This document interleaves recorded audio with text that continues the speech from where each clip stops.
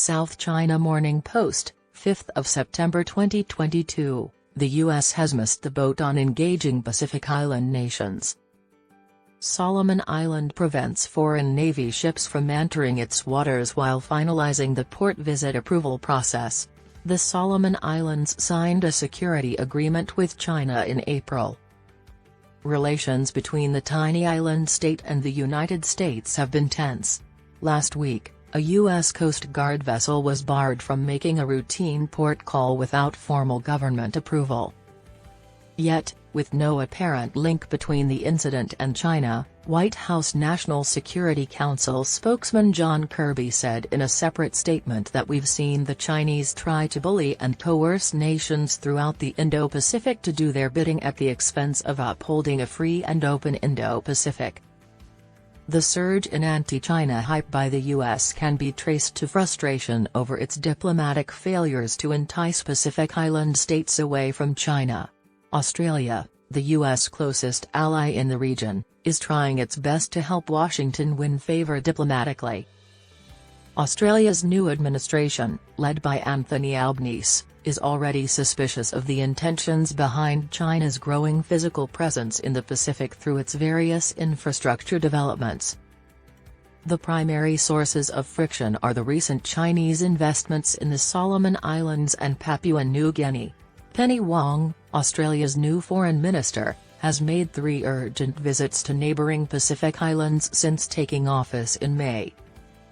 In April, China signed a bilateral security cooperation agreement with the Solomons to boost its security capacity. However, China can make stopovers for logistical and crew transfers and send forces to protect Chinese personnel. This has raised suspicion that Beijing may be planning to establish a military base there. Similarly, in the case of Papua New Guinea, where Chinese trade investments are increasing, Beijing has denied plans to establish any military infrastructure. Just last year, the government of Papua New Guinea agreed to let Australia and the United States modernize its American-built World War II air naval base on Manus Island. The U.S., assuming its self-appointed role of a big brother, is now attempting to outcompete China in the Pacific.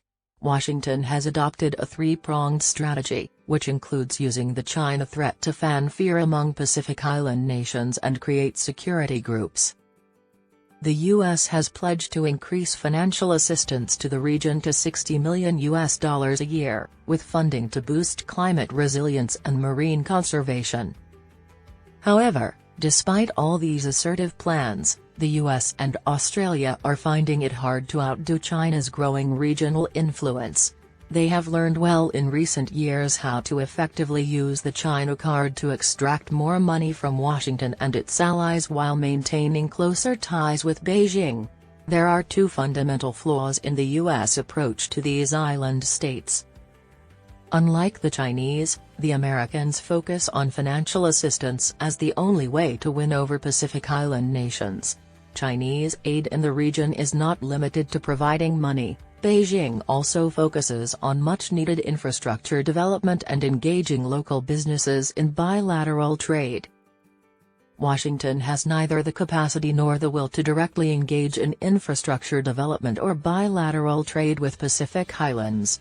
This is the prime reason its diplomatic overtures, and those of its friends like Australia, have proved ineffective in creating a wedge between China and regional states. The lack of understanding of the rationale of leaders in the Pacific, who prefer technology transfer and mutual business development to handouts or vague security assurances, is muffling efforts by the U.S. to carve out an assertive role in the region's political fabric. The U.S. neglected the Pacific for decades while China was busy developing regional infrastructure and enhancing mutual trade. The U.S. has lost the initiative in the region, and its efforts to catch up will likely be in vain.